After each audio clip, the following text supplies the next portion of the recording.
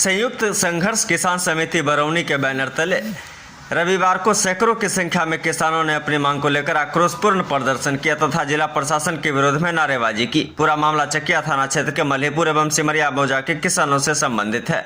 किसानों का आरोप है कि जिला प्रशासन बिना किसी सूचना के उनकी लगभग 700 एकड़ जमीन की जमाबंदी रद्द कर दी, जबकि तकरीबन 100 वर्षों से इस पर किसानों की दावेदारी थी तथा किसान लगान एवं रसीद भी कटवा रहे थे। किसानों का सीधा सीधा कहना है कि सिमरिया में 6 लेन पुल बन रहा है, सिमरिया का विकास हो रहा है। बरौनी रिफाइनरी, फर्टिलाइजर एवं थर्मल में भी किसानों की जमीन गई, लेकिन किसानों ने संवैधानिक तरीके से उनका विरोध किया और आज तक कोर्ट में लिखित लड़ाई की जा रही है। लेकिन बेगूसराय के एडीएम के द्वारा हाल के दिनों में तुगलकी फरमान जारी कर किसान को अपनी जमीन से बेदखल किया जा रहा है। इसको लेकर किसान चुप नहीं बैठेंगे। आज सांकेतिक रूप से जिला प्रशासन को आगाह किया है, यदि किसानों के साथ अन्याय की गई तो आने वाले दिनों में किसानों का उग्र आंदोलन होगा।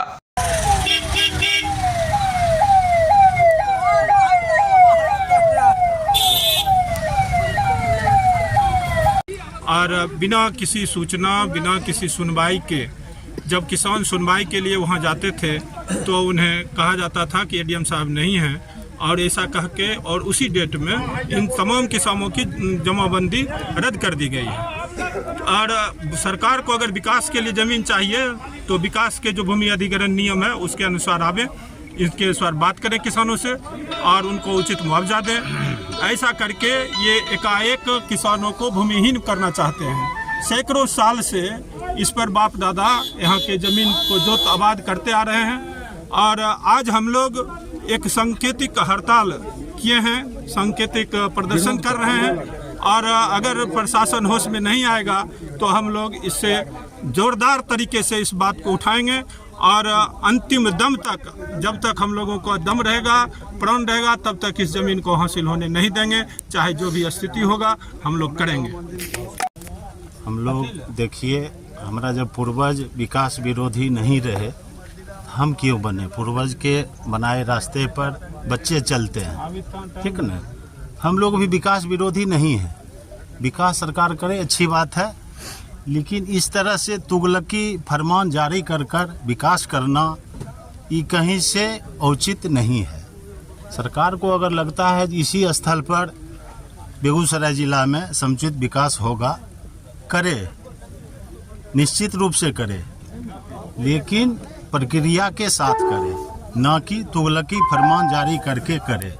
विकास भी होगा तो हम ही लोगों के लिए होगा, आम जने के लिए होगा, लेकिन अब एक आम जन को आप धरती में गाड़ कर नहीं दूसरे को उगाइएगा, ये कहीं से उचित है? इसका हम लोग पुरजोर विरोध करते हैं। अभी तो ये झांकी है, झांकी के द्वारा अंधे और बहरे सरकार को आगाह कर रहा हूँ, आप लोग जग जाइए। नहीं जगिएगा, आम जन जग गया है। आपको निश्चित याद दिला देगा जनता क्या होती है। ये झांकिया है। हम आपको बताते हैं मांग मेरी क्या है। हम तो खुद जमीन मालिक हैं यहाँ के, और हमारे पूर्वजों ने हमें ये धरोहर सौंप के गए हैं। और जिस एडीएम साहब जो हमारे बेगूसराय के अपने आप को आका कहते हैं, उन्होंने अपने कलम से जो एकाएक आए और उन्होंने फरमान जारी, तुगलकी फरमान, कहा कि ये जमीन आपकी नहीं है, ये जमीन हमारी है। मैं उनको ये कहना चाहता हूँ, यहाँ का जो किसान है, यहाँ का जो हम लोग है, गंगा ब्रिज आप देखिए जो उत्तर बिहार और दक्षिण भारत की जोड़ने वाली है, उसमें भी हमने जमीन दिया है।